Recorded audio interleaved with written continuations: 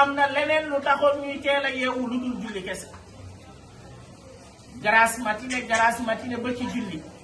te ki la may nga nelaw 12 heures de temps wala 6 heures de temps wala 8 heures de temps am na sa moroom mu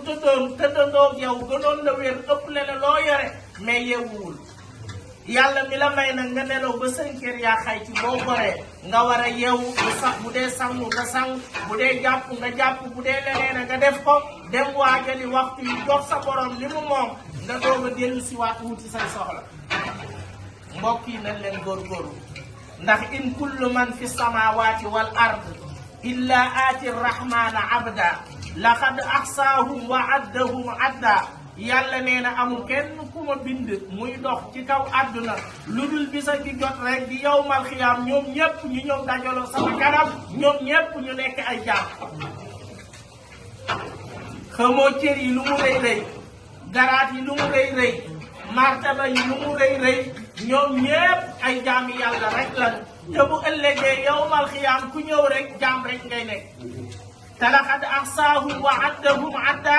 yàlla lim na ñépp xam na ñépp kenn du tardé kenn du mën a làqatu feneen xamoo keneen man na woote nga absenté ba pare ka woote du xam ni ndax yow ñëw nga wala ñëwoo waaye yàlla nag moom bu wootee mu yawmal xiyaam pénc ma kenn du sañ a manqué ñun ñépp ay ñëw taxaw ci suñu kanamu borom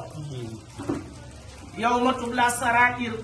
fama lahu min quwwatin wala nasirin bu boobaa nag lu nu doon nëbbu dootu fi am dañuy wax ni gàcce piir yawmal xiyaam lay am mais àdduna gàcce piir mënu fi am ndax man bu ma sàccoon fii ci xaar yàlla waa xaar yàlla man nañ koo xam man na yaatu ba Dakar xam ko mais waa monde bi yépp duñ ko mën a xam mais ëllëg yawmal xiyaam nag loo fa defoon waa monde bi yépp ñoo koy gisandoo ndax ñépp ñoo fay daje mbokk bi ñu bàyyante xel te xam ne inna salaata tanha anil fahsaa'i wal munkar julli day teree def lu bon